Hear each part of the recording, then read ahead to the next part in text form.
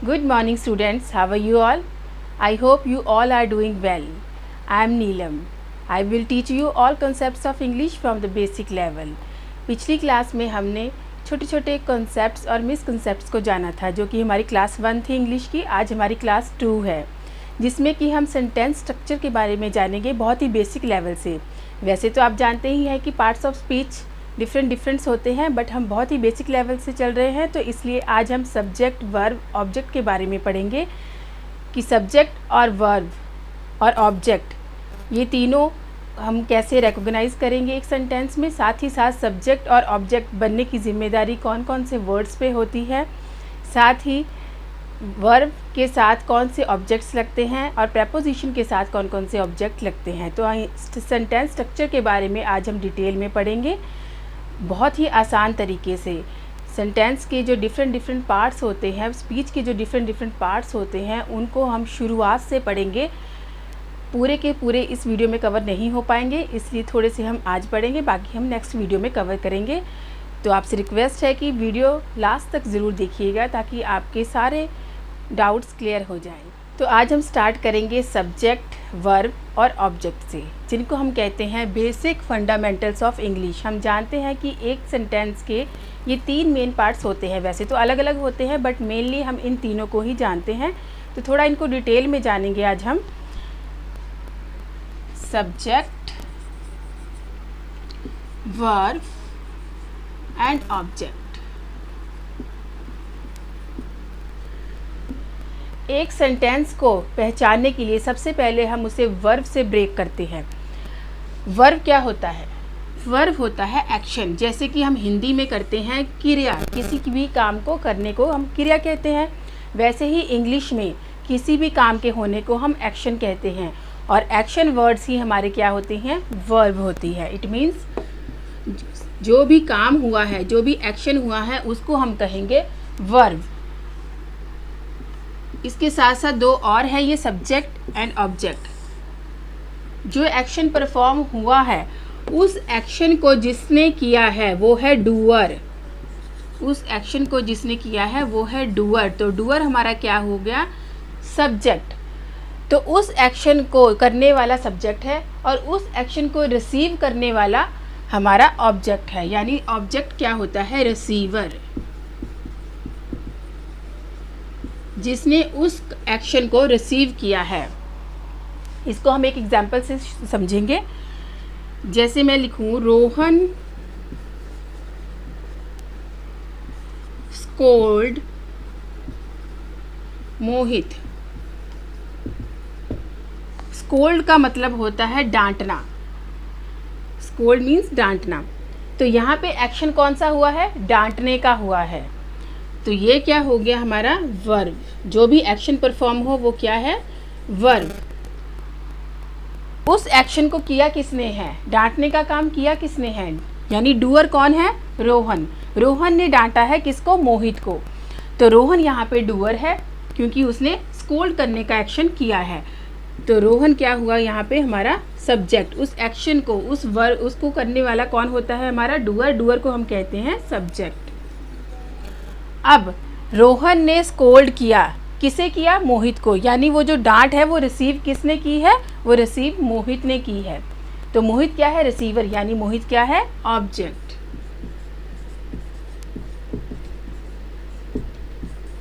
मोहित यहाँ पे क्या हो गया? ऑब्जेक्ट। सेकेंड एग्जाम्पल हम लेते हैं अब। रवि अब्यूज्ड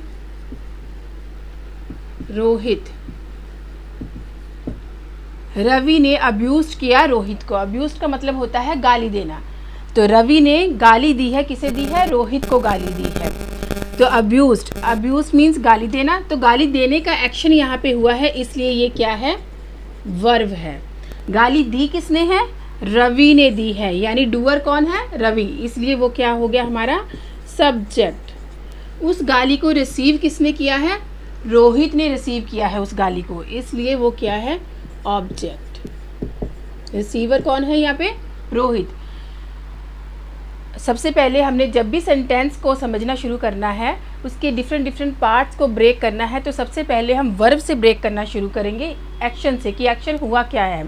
यहाँ पे एक्शन हुआ है गाली देने का, तो यहाँ पे हम क्या करेंगे, पहले वर्ब से ब्रेक करना शुरू करेंगे। अब्यूज क्या है, एक्शन हुआ है, तो it means it is verb. उस एक्शन को किया किसने है, रवि ने किया है, इसलिए रवि क्या है, डूअर, तो डूअर क्या होता है, हमारा सब्जेक्ट। और उस एक्शन को रिसीव किसने किया है, उस गाली को रिसीव किसने किया है, रोहित ने किया है, इसलिए रोहित क्या है, हमारा ऑब्जेक्ट। तो ये बेसिक स्ट्रक्चर है एक सेंटेंस का, बहुत ही। अब आपने एक बात याद रखनी है कि इंग्लिश में 2 वर्ड्स ऐसे हैं जिनको अपने बाद ऑब्जेक्ट चाहिए ही चाहिए। वो 2 वर्ड्स हैं वर्ब और प्रेपोजिशन। बट यहाँ पे भी एक रूल है कि वर्ब के बाद ऑब्जेक्ट हो भी सकता है और नहीं भी हो सकता है। यानी वर्ब के बाद ये ज़रूरी नहीं है कि हर बार ऑब्जेक्ट आएगा, कई बार सिर्फ वर्ब पे भी ही ख़त्म हो जाती है, हमारा सेंटेंस जो है वो वर्ब पे भी ख़त्म हो सकता है। लेकिन अगर प्रेपोजिशन लगाई है सेंटेंस में तो उसके बाद ऑब्जेक्ट आएगा ही आएगा, ये कंपल्सरी है। यानी 2 वर्ड्स को अपने बाद ऑब्जेक्ट चाहिए, वर्ब और प्रेपोजिशन को। लेकिन वर्ब के बाद ऑब्जेक्ट आ भी सकता है और नहीं भी आ सकता, लेकिन प्रेपोजिशन के बाद ऑब्जेक्ट हमेशा आएगा ही आएगा।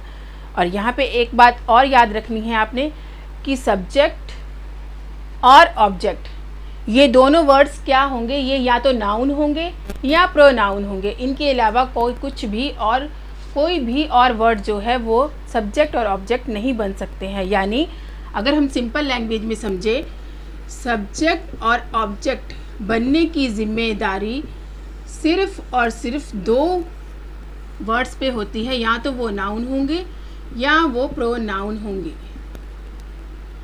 इनके अलावा कोई और वर्ड सब्जेक्ट या ऑब्जेक्ट नहीं बन सकते हैं।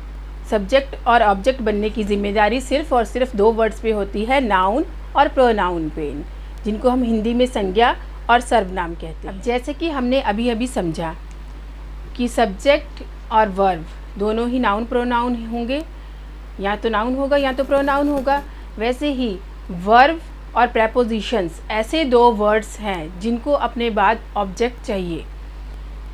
वर्ब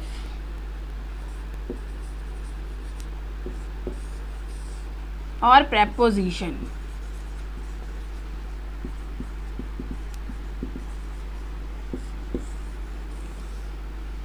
अब यहाँ पर एक बात ध्यान रखनी है कि वर्ब के बाद ऑब्जेक्ट आ भी सकता है और नहीं भी आ सकता, लेकिन प्रेपोजिशन के बाद ऑलवेज ऑब्जेक्ट आएगा ही आएगा।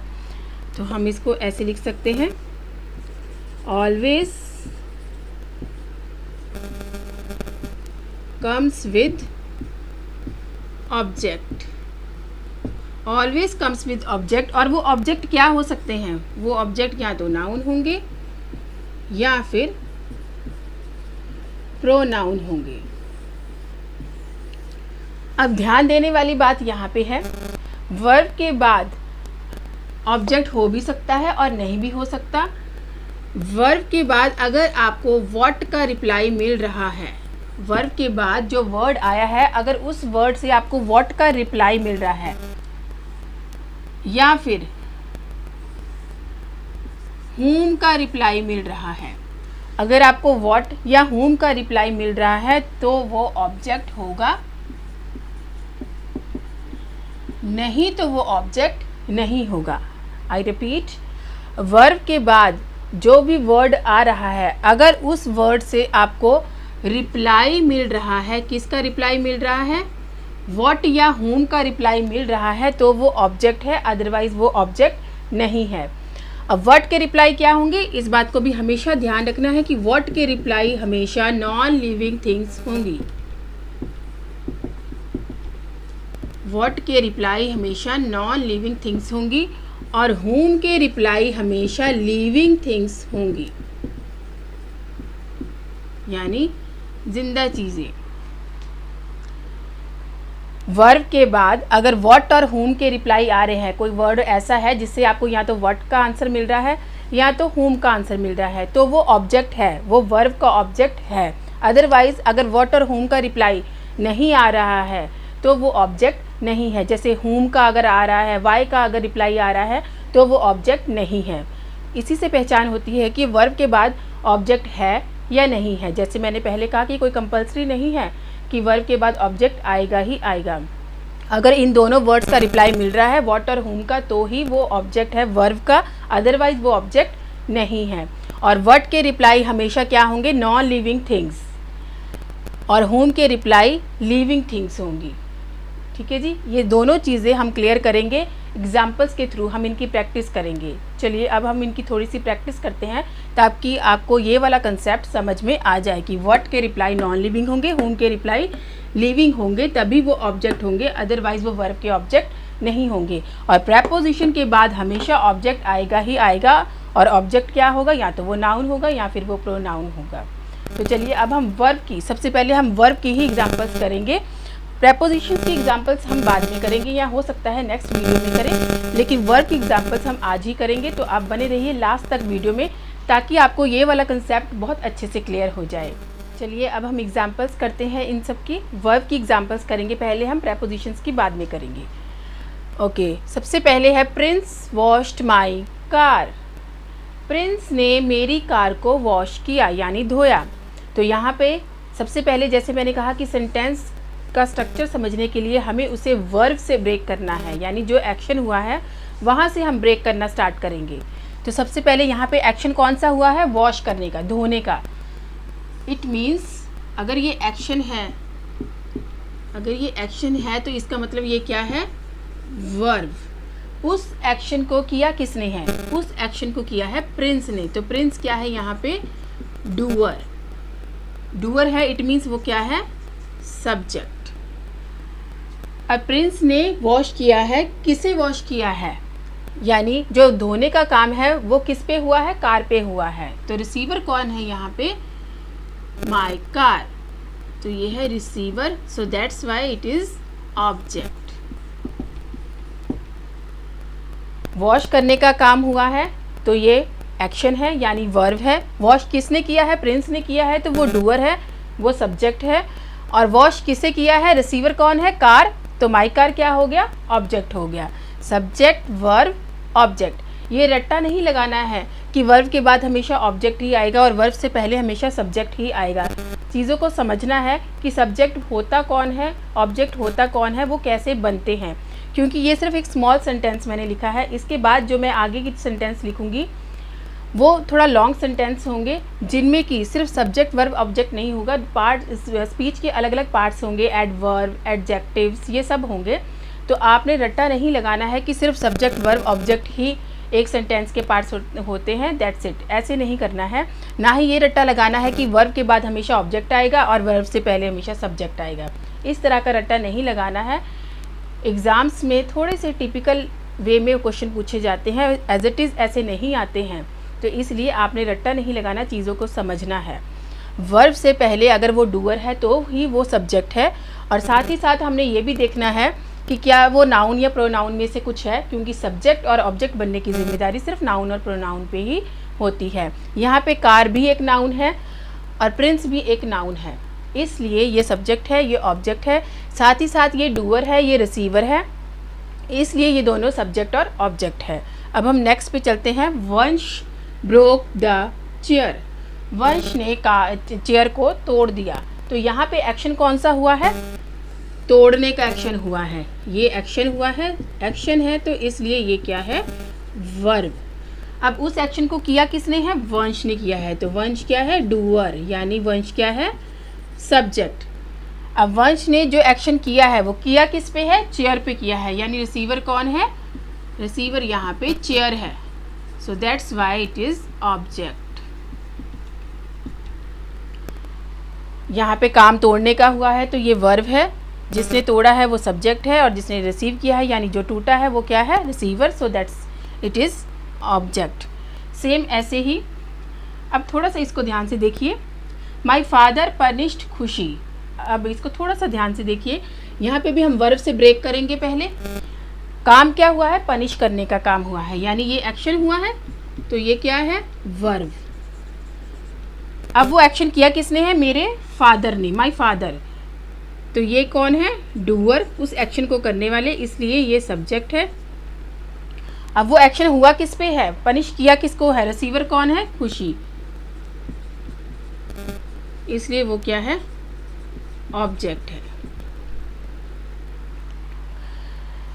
और एक बात और ध्यान से, इन तीनों सेंटेंसेस में आपको अब ये चेक करना है व्हाट और whom के रिप्लाई आ रहे हैं या नहीं, क्योंकि मैंने कहा था वर्ब के बाद जो भी वर्ड लिखे हैं अगर उनसे व्हाट और whom के रिप्लाई आ रहे हैं तो ही वो ऑब्जेक्ट है, अदरवाइज़ वो ऑब्जेक्ट नहीं है। इसीलिए मैंने कहा कि रट्टा नहीं लगाना है।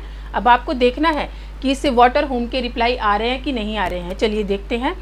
प्रिंस वॉश्ड माई कार, क्या इन दोनों में, देखिए प्रिंस ने क्या वॉश किया है, प्रिंस ने क्या वॉश किया है, तो ये किसका रिप्लाई आ रहा है, व्हाट का।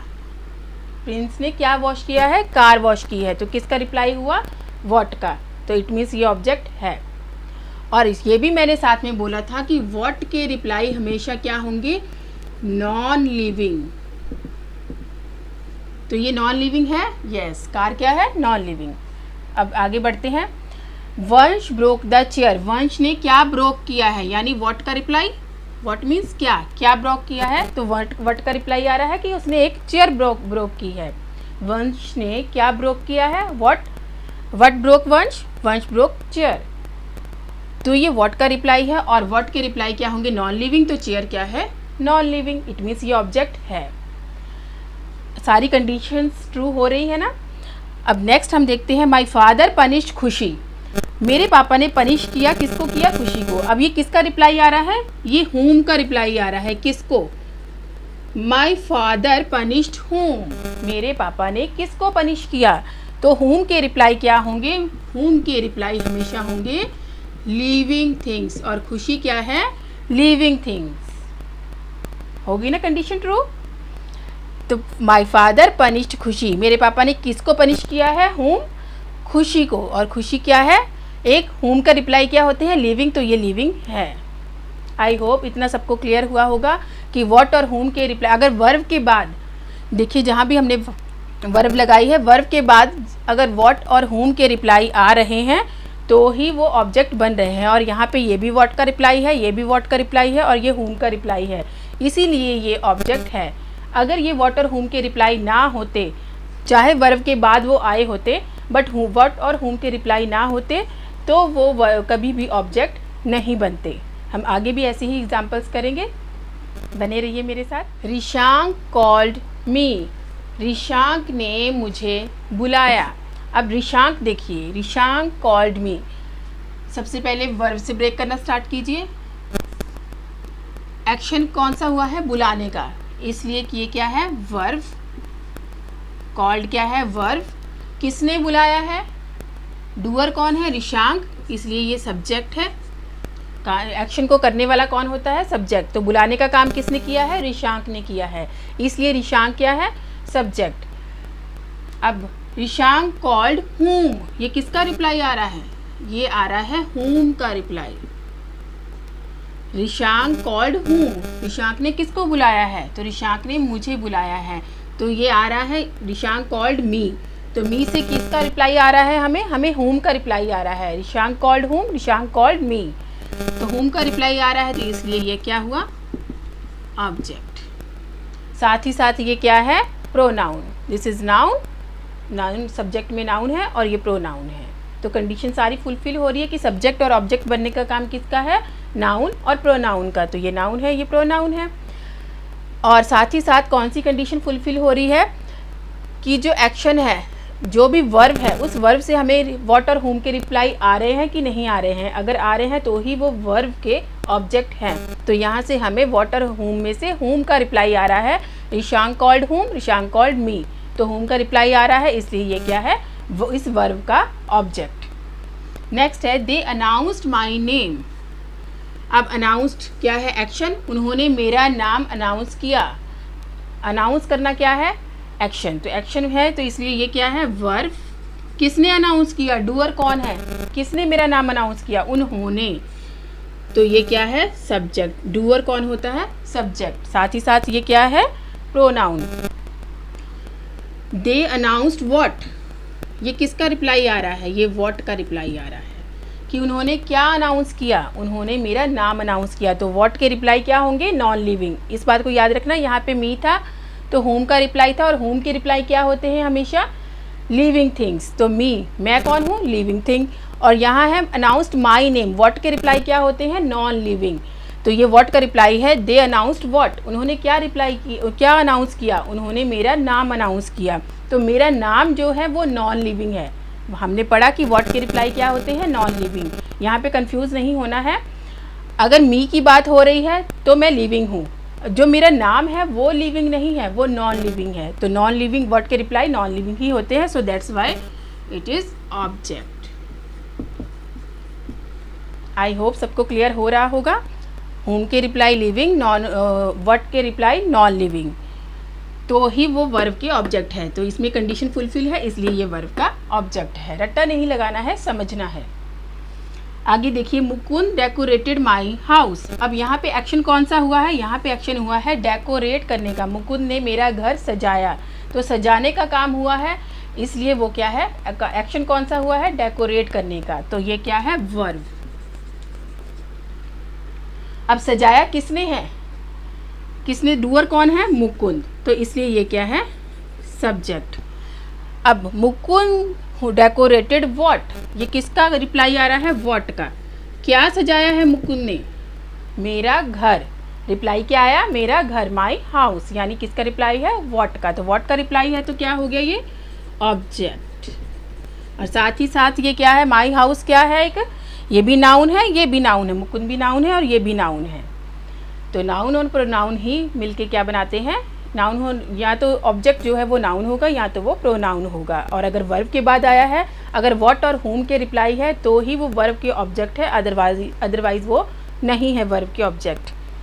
तो इसमें भी ये होम का रिप्लाई आया है, ये व्हाट का रिप्लाई है, ये भी व्हाट का रिप्लाई है। सो दैट्स वाई ये वर्ब के ऑब्जेक्ट है। ये इस वर्ब का कॉल्ड का ऑब्जेक्ट है, ये अनाउंस्ड का ऑब्जेक्ट है और ये डेकोरेटेड का ऑब्जेक्ट है। आपने रट्टा नहीं लगाना है, कॉन्सेप्ट को समझना है, क्योंकि आगे हम बहुत भी थोड़ा बेसिक लेवल से स्टार्ट करके हम थोड़ा इंटरमीडिएट और एडवांस लेवल तक जाएंगे, इसलिए आपने बेसिक्स को बहुत अच्छे से करना। आगे है, ही इंसल्टेड योर ब्रदर, उसने आपके भाई की इंसल्ट की है, बेइज्जती की है, ठीक है। He insulted your brother. अब इसमें एक्शन कौन सा हुआ है, इंसल्ट करने का, बेइज्जती करने का काम हुआ है। तो इंसल्ट क्या हो गया हमारा, इंसल्ट हो गया हमारा एक्शन, यानी ये क्या है, वर्ब, ठीक है जी। अब इंसल्ट किया किसने है, ही ने, उसने, तो इसलिए जिसने काम किया है वो क्या है, डूअर। तो डूअर क्या होता है, हमारा सब्जेक्ट होता है, और साथ ही साथ ये क्या है, हमारा प्रोनाउन है।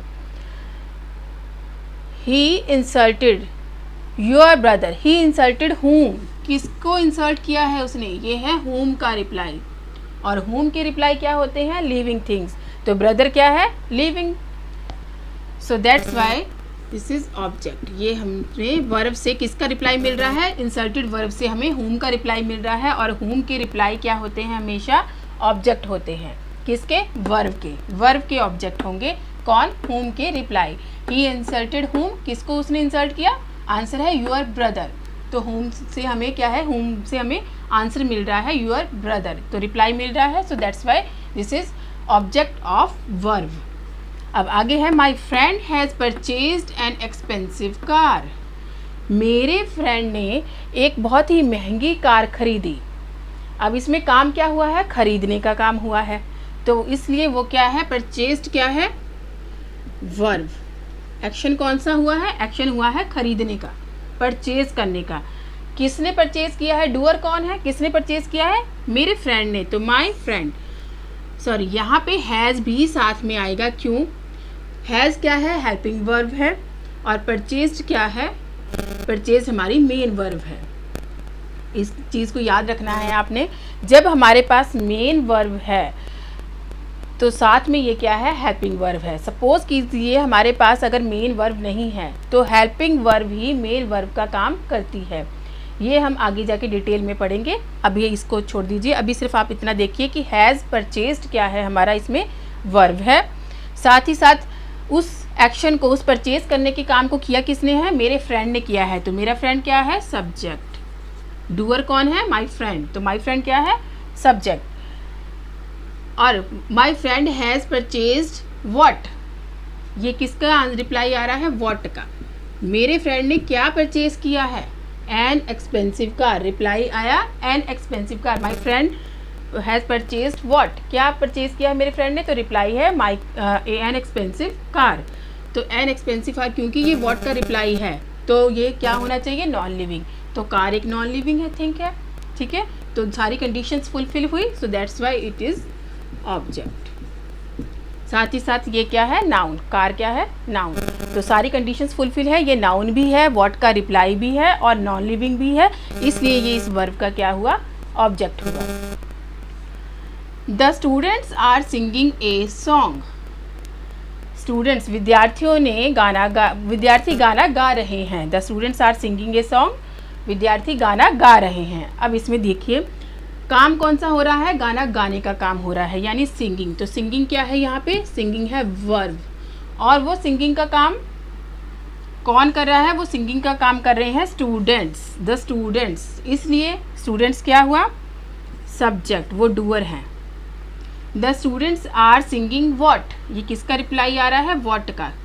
कि स्टूडेंट्स क्या कर रहे हैं? गाना गा रहे हैं। क्या गा रहे हैं? गाना। The students are singing what, students क्या गा रहे हैं? वो गाना गा रहे हैं। रिप्लाई क्या आया? सॉन्ग। तो इसलिए सॉन्ग क्या हुआ हमारा? ऑब्जेक्ट। वैसे ए आर्टिकल है, बट आर्टिकल्स हम आगे जाके डिटेल में करेंगे। अभी फ़िलहाल आप इतना समझिए कि ए सॉन्ग हमारा क्या हो गया? ऑब्जेक्ट हो गया, ठीक है जी। होम से हमें रिप्लाई मिला, ही इंसल्टेड होम, तो योर ब्रदर। होम किया से हमें लिविंग थिंग्स के जो है रिप्लाई मिलते हैं, तो ये माई ब्रदर क्या है? लिविंग है, so that's why this is object. What से हमें नॉन लिविंग थिंग्स के रिप्लाई मिलते हैं, तो कार क्या है? नॉन लिविंग, इसलिए ये ऑब्जेक्ट। और फिर से वही चीज़ सॉन्ग क्या है? नॉन लिविंग, ठीक है, इसलिए ये क्या है? ऑब्जेक्ट है। माई मदर विल इन्वाइट रेखा। अब इसमें मेरी मम्मी ने रेखा को इनवाइट किया, तो यहाँ पे काम क्या हुआ है? इनवाइट करने का काम हुआ है। तो इनवाइट करने का काम हुआ है, तो जो एक्शन हुआ है वो क्या है? वर्ब। अब मेरी मम्मी, अब देखो इनवाइट किया किसने है? डूअर कौन है? My mother. डूअर कौन है? My mother. तो इसलिए ये क्या है? सब्जेक्ट। यहाँ पे विल इनवाइट दोनों ही वर्ब है।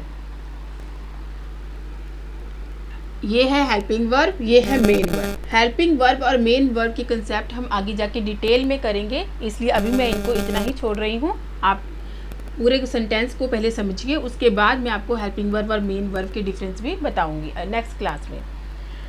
ओके, विल इनवाइट क्या है? वर्ब है। किसने इनवाइट किया है? डूअर कौन है? My mother. तो मेरी मम्मी ने इनवाइट किया है, तो माई मदर क्या है? माई मदर है। डूअर तो वो है subject. My mother will invite, sorry will है तो मतलब इन्वाइट करेंगी। मेरी मदर जो है वो इन्वाइट करेंगी। किसे करेंगी? रेखा को करेंगी। तो my mother will invite whom, इससे किसका आंसर आ रहा है? इन्वाइट जो वर्ब है, इससे किसका रिप्लाई आ रहा है? होम का। मेरी मदर जो है वो इन्वाइट करेंगी, किसे करेंगी? रेखा को। तो रेखा से हमें इनवाइट जो वर्ब है उससे होम का रिप्लाई आया है कि रेखा को इनवाइट करेगी, इसलिए रेखा क्या है? ऑब्जेक्ट। क्योंकि इस वर्ब से हमें किसका रिप्लाई आ रहा है? होम का रिप्लाई आ रहा है। और होम के रिप्लाई क्या होते हैं? होम के रिप्लाई लिविंग थिंग्स होती हैं, और रेखा क्या है? Living thing. नेक्स्ट है गौरव अनाउंस्ड माई नेम। अब गौरव ने मेरा नाम अनाउंस किया। अब अनाउंस करना यहाँ पे क्या है? काम कौन सा हुआ है? अनाउंस करने का। तो अनाउंस क्या हो गया? वर्ब। एक्शन कौन सा हुआ है? अनाउंस करने का, इसलिए ये क्या है? वर्ब। वो अनाउंस किया किसने है? गौरव ने किया है। डूअर कौन है? गौरव, इसलिए ये क्या है? सब्जेक्ट। गौरव अनाउंस्ड व्हाट, क्या अनाउंस किया है गौरव ने? तो ये किसका रिप्लाई है? व्हाट का। और व्हाट के रिप्लाई क्या होते हैं? Non living things. और मेरा नाम क्या है? Non living. तो ये हो गया ऑब्जेक्ट। नेक्स्ट है that boy cheated all of us. उस लड़के ने हम सबको चीट किया था। चीटेड है सेकंड फॉर्म है, तो था, उस लड़के ने हम सबको चीट किया था। तो यहाँ पे काम कौन सा हुआ है? चीट करने का काम हुआ है, तो इसलिए ये क्या है? वर्ब। किसने किया है चीट करने का काम? That boy. तो दैट बॉय क्या है? डूअर है, इसलिए वो क्या है? Subject. That boy cheated whom? किसे चीट किया है उसने? तो किसका रिप्लाई आ रहा है? चीट किया है। तो ऑल ऑफ अस, आंसर आया ऑल ऑफ अस, हम सबको। तो इसलिए ये क्या है? ऑब्जेक्ट। व्हाट और whom के रिप्लाई जो भी आए वो वर्ब के ऑब्जेक्ट होते हैं। और यहाँ पे आप देख सकते हो ये भी whom का रिप्लाई है, ये what का रिप्लाई है और ये whom का रिप्लाई है, इसलिए ये क्या है? वर्ब के ऑब्जेक्ट। और साथ ही साथ रेखा क्या है? रेखा एक नाउन है। माई नेम क्या है? ये भी नाउन है। और ऑल ऑफ अस हम क्या है? हम भी क्या है? प्रोनाउन है। अस क्या है? प्रोनाउन है। मतलब सब्जेक्ट और ऑब्जेक्ट क्या बने हैं? हमारे नाउन या प्रोनाउन। जो सेंटेंसेस हमने किए हैं अब उससे थोड़ा सा अलग करेंगे। अभी तक हमने पढ़ा कि व्हाट और whom के रिप्लाई अगर वर्ब के बाद लिखे हुए वर्ड से आ रहे हैं तो वो ऑब्जेक्ट है, अदरवाइज वो ऑब्जेक्ट नहीं है। तो अभी तक हमने व्हाट और whom से देखा। अब हम एक थोड़ा सा डिफरेंट करेंगे जिससे कि आपको ये कॉन्सेप्ट और भी अच्छे से क्लियर हो जाएगा। मैंने एक सेंटेंस लिखा, राहुल रीच्ड मुंबई। अब इस सेंटेंस को बहुत ध्यान से देखिएगा। राहुल रीच्ड मुंबई, यहाँ पे काम क्या हुआ है? पहुंचने का काम हुआ, रीच करने का, इसलिए वर्ब है हमारे पास। पहुंचने का काम किया किसने है? राहुल ने किया है, वो डूअर है, इसलिए वो क्या है? सब्जेक्ट है। अब राहुल रीच्ड व्हाट, क्या व्हाट का रिप्लाई आ रहा है इसमें से? राहुल रीच्ड व्हाट, आंसर कुछ भी नहीं आया। राहुल पहुंचा क्या? या whom का reply? Rahul reached whom, Rahul किसे पहुंचा? ना तो व्हाट का रिप्लाई आ रहा है ना ही whom का रिप्लाई आ रहा है, इसलिए ये दोनों इस वर्ब के ऑब्जेक्ट ये मुंबई जो है वो नहीं है। जैसे मैंने कहा वर्ब के बाद लिखा गया एक्सप्रेशन अगर व्हाट और whom के रिप्लाई दे रहा है तो ही वो ऑब्जेक्ट है, अदरवाइज वो नहीं है। अब यहाँ पे ना तो व्हाट का रिप्लाई आ रहा है ना ही whom का रिप्लाई आ रहा है। ये रिप्लाई किसका है? ये रिप्लाई है राहुल रीच्ड वेयर, ये वेयर का रिप्लाई है। राहुल कहाँ पहुंचा? मुंबई में पहुंचा। तो वेयर के रिप्लाई जो होते हैं वो क्या होते हैं? वो ऑब्जेक्ट नहीं होते, वो क्या होते हैं? वो एडवर्ब होते हैं। वो क्या होते हैं? एडवर्ब होते हैं। जो भी वेयर के रिप्लाई होते हैं वो क्या होते हैं? एडवर्ब होते हैं। ऐसे ही एक एग्जाम्पल और ले लेते हैं। He is performing well, he is performing well. तो यहाँ काम क्या हो रहा है? परफॉर्म करने का। तो परफॉर्म करने का काम है, इसलिए ये क्या है? वर्ब। परफॉर्म करने का काम कौन कर रहा है? ही। तो इसलिए ये क्या है? सब्जेक्ट। अब ही इज परफॉर्मिंग व्हाट, वो क्या परफॉर्म कर रहा है? क्या व्हाट का रिप्लाई इससे आ रहा है? जी नहीं, इससे व्हाट का रिप्लाई नहीं आ रहा है। ही इज परफॉर्मिंग whom, किसे परफॉर्म कर रहा है? क्या whom का रिप्लाई आ रहा है? जी नहीं, ना तो इससे what का रिप्लाई आ रहा है और ना ही इससे whom का रिप्लाई आ रहा है, इसलिए ये इस वर्ब का ऑब्जेक्ट नहीं है। इससे रिप्लाई किसका आ रहा है? He is performing how, how का रिप्लाई आ रहा है इससे कि उसने कैसे परफॉर्म किया। वेल, आंसर आया वेल, उसने अच्छा परफॉर्म किया। यानी इससे ना तो व्हाट का रिप्लाई आया ना ही whom का रिप्लाई आया, इससे हाउ का रिप्लाई आया। तो हाउ का रिप्लाई आया तो ये क्या हुआ? हाउ के रिप्लाई क्या होते हैं? हाउ के रिप्लाई होते हैं एडवर्ब। जी हाँ, यहाँ पे आंसर आया था वेयर। वेयर के रिप्लाई भी क्या होते हैं? एडवर्ब होते हैं। और हाउ के रिप्लाई भी क्या होते हैं? एडवर्ब होते हैं। तो किसका रिप्लाई क्या होता है ये सब हम जानेंगे नेक्स्ट वीडियो में एक शॉर्ट ट्रिक के साथ। उस ट्रिक के साथ मैं आपको बताऊंगी कि नाउन, प्रोनाउन, एडवर्ब, एडजेक्टिव इन सब की पहचान कैसी होती है, कौन से क्वेश्चन के आंसर से व्हाट के रिप्लाई से क्या होता है, वेयर और हाउ के रिप्लाई से कौन सा बनता है। तो ये सारे हम एक टेबल के थ्रू बहुत ही शॉर्ट ट्रिक से जानेंगे। तो इसीलिए आप सबसे रिक्वेस्ट है कि प्लीज़ बने रहिए मेरे साथ। नेक्स्ट वीडियो में मैं आपके लिए बहुत ही हेल्पफुल कंसेप्ट लेकर आऊँगी जिसमें कि एक टेबल के थ्रू हम बहुत ही शॉर्ट ट्रिक से समझेंगे कि पार्ट्स ऑफ स्पीच को कैसे अलग अलग पार्ट्स में डिवाइड किया जाता है और कैसे उनको रिकॉग्नाइज किया जाता है। उस ट्रिक को फॉलो करके आप देखते ही सेंटेंस को पहचान जाओगे कि इसका कौन सा वाला पार्ट क्या है, एडवर्ब है, एडजेक्टिव है, नाउन है, प्रोनाउन है, क्या है। आप देखते ही समझ जाओगे सेंटेंस को अगर आपने उस ट्रिक को फॉलो किया। तो वो ट्रिक मैं आपके साथ नेक्स्ट वीडियो में शेयर करूँगी। तो तो प्लीज़ मेरा नेक्स्ट वीडियो ज़रूर देखिएगा। और इसके अलावा जिन्होंने मेरा पिछला वीडियो नहीं देखा है क्लास 1 का, तो प्लीज़ वो भी जाकर देखिएगा ताकि आपके मिसकंसेप्ट्स दूर हों। बाकी आगे मैं ऐसी ही वीडियोस आपके लिए लाती रहूँगी। आपसे रिक्वेस्ट है कि प्लीज़ अगर आपको मेरी वीडियो थोड़ी भी हेल्पफुल लगी हो तो like, share and subscribe my channel. Thank you for watching. Bye bye.